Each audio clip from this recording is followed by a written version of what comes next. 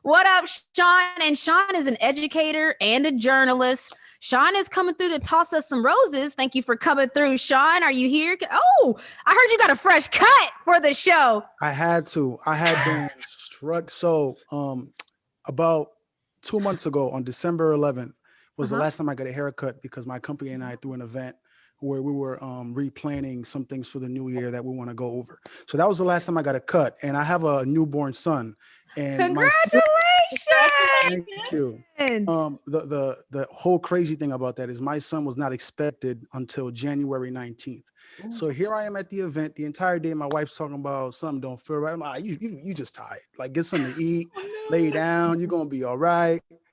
And then at the end of the event, it's like 11 o'clock. I come home. I'm winding down, get ready to go to bed, and she's like, "Yo, it's on and popping." I'm like, "What are you It's talking about?" go time. It's go time. And rushed to the hospital. And well and behold, Buddy came that same night.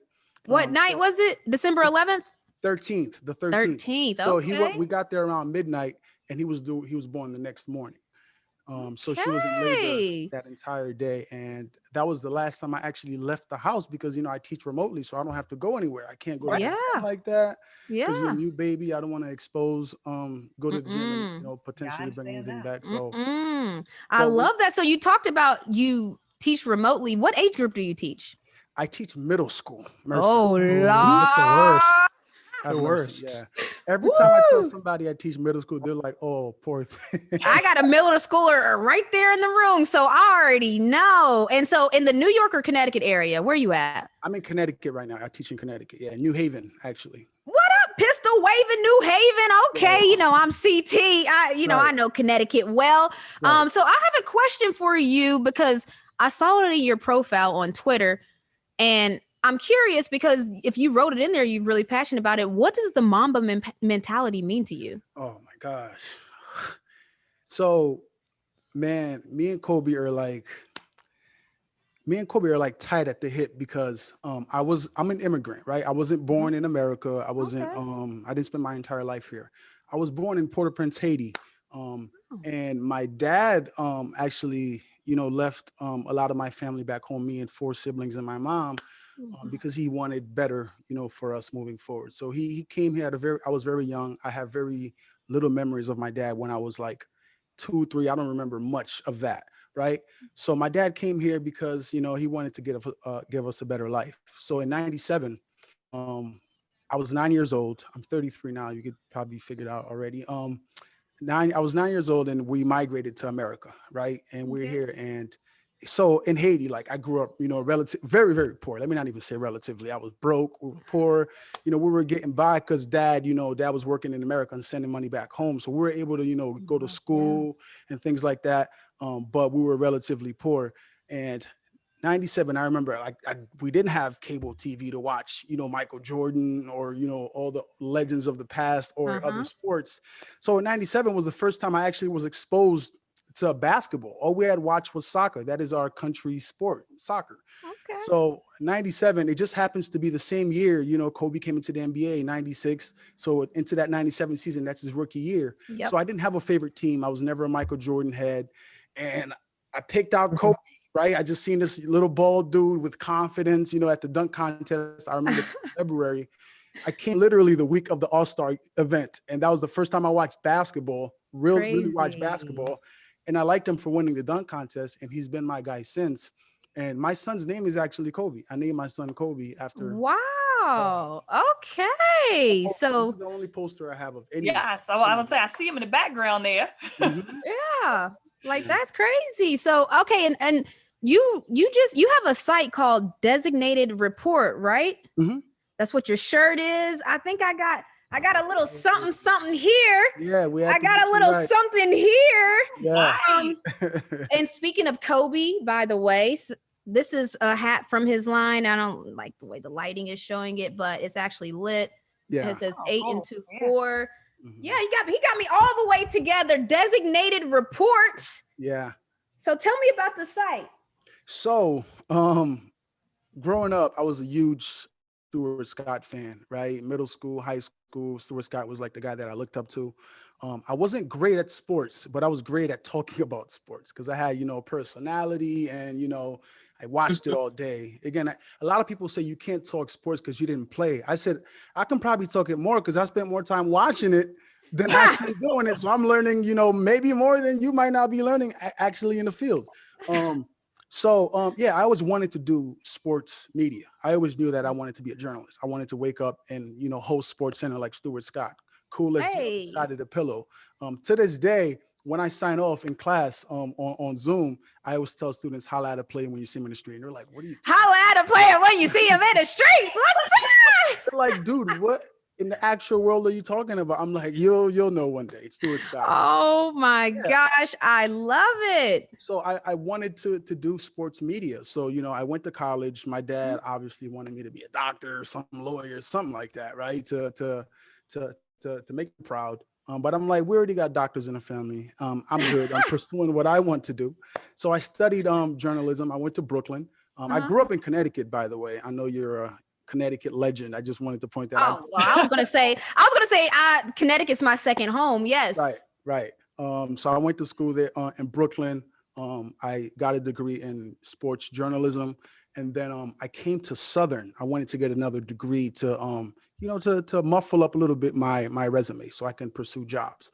So I started interning. I interned at TMZ, different websites. Shouts to my employer. What's that? So in the process of doing so, I was just like learning different things that I could, probably one day just, maybe I could create one, right? It won't be to that magnitude, but I want to be able to wake up and write whatever I want regarding sports and, be able to publish it and things of that nature.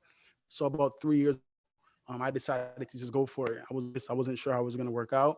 I just, went to GoDaddy.com. I signed up for a website. That's what you do. Yeah, I just started doing it, and now it's become a lot of people have taken to the content. I obviously have a full team now that helps with writing. Look at content. you. So look at you. Okay, so hold on, because we do this hero IRL. That means hero in real life. Sean, this is going to you. You are an educator. You are a journalist. You have made a way here, and you are already that news reporter show. It's already there. This is for designated report. All of that, Sean, all the roses. I love to hear it. Appreciate that. Just get it done. All right, are you ready to give us some hints? So you can tell us, don't tell us who it is, but we call it giving out roses, as in you have our notepads here to guess like if this is a real thing. So are you ready? Yeah, I just want to note that I watched last week's, I don't know if it was last week's, but when Glenn was on, Glenn and I are childhood 2 weeks ago. Glenn, y'all know each other? Yeah, we went to school together. We grew up Glenn and I are from the Sandbox. I watched his episode. Yeah. And he actually stole the person that I would want to do, Warwick Dunn. I love Warwick Dunn. So I texted him, I was like, bro, you stole. What? Shouts to Warwick Dunn. Yeah. I don't know. Yeah, because you guys, I know I watched the episode where you guys talked about how he's buying homes for a lot of single moms and stuff like that. A lot of people don't know one of those single moms child was Deshaun Watson. He is a product of No. Yeah, and now they have like this really close relationship where Warwick Dunn, another one. Okay, like what? Yeah. Yeah. Wow, that's lit. Thank you for that other little nugget. Okay, so we know you're Warwick Dunn. No, that's not him. Right. We know he's out of the elimination. So hint number one, let's get it popping. Okay. I'm probably not as good as Glenn is at this because Oh, you're great. all right. So this player is I know I'm gonna give it away really, really soon. He was a number 1 draft pick in the NBA.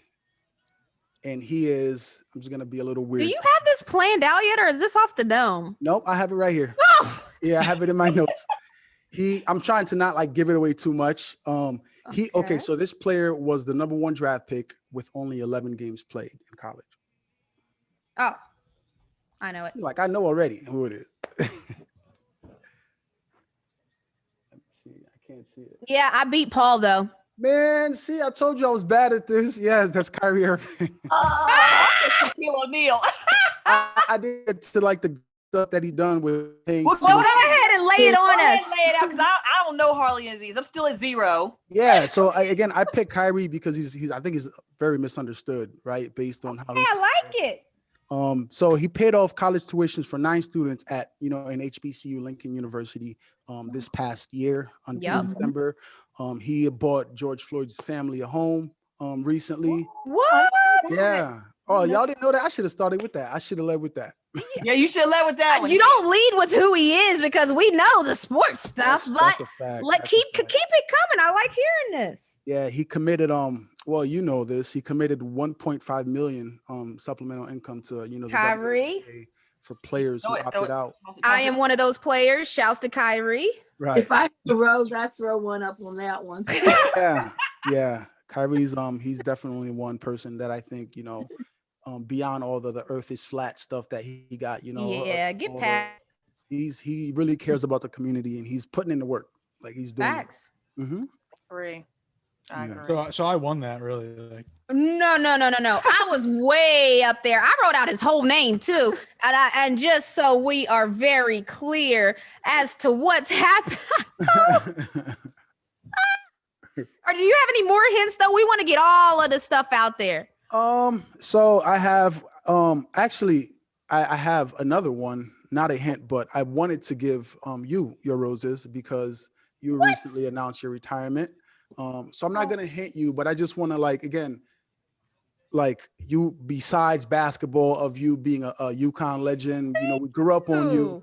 We graduated in the same class in high school all the way to college. So I grew up on that UConn Husky team in 05 to 09. But just what you're doing, man, like you are now, fully committing yourself to doing this. And, I know how much it means to watch your address the other night of mortifying. Every time somebody says they watched it, I'm like, oh gosh. It was awesome. It shows how much, you're giving up. Right, it sacrificed to that magnitude. That's the best way to say it. I'm glad you said it. It's anytime you give up anything that meaningful to you, it's a huge deal. So Sean, you know what's crazy? What?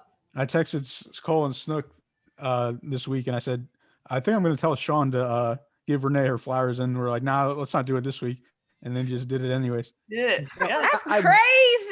I wanted to, but there's I was a group chat without me. Yeah. We leave you out a lot. You just don't know it. No, Sean, honestly, I appreciate that. Especially, you got Connecticut roots. This, I'm like all the way fam in Connecticut. Shouts to Coach Ariema too for what he said about my retirement. But yeah, like everybody knows, like I bleed blue. So when I know like we family for real too, Sean. Like Glenn, I had Darius on, like like I like this whole community of people that, we're all like in the same stratosphere, but we just hadn't connected yet. So love what you're doing with Designated Report. Let me know if you want to do something. Like I'm here for you, and holla at a player when you see him in the streets. Okay. That is 100%. Appreciate you guys. Sean, thank you for hopping on here with us. Congratulations on your new baby. Thank you so much. I appreciate it. Congratulations. I'd like to give you some flowers because, as my grandmother used to say, you're working with those kids who start to smell themselves, and that can be kind of difficult. Yeah. So I have a mentor, and he tells me, because I've taught elementary, I've taught high school, and I've taught middle. He was like, you have middle, which is like around the age where they either are starting to, find who they are, as teenagers, or they just don't know yet. Right. So you got to figure it out and help them figure it out, before they get to high school and kind of like take their life a little bit more serious. So it's tough.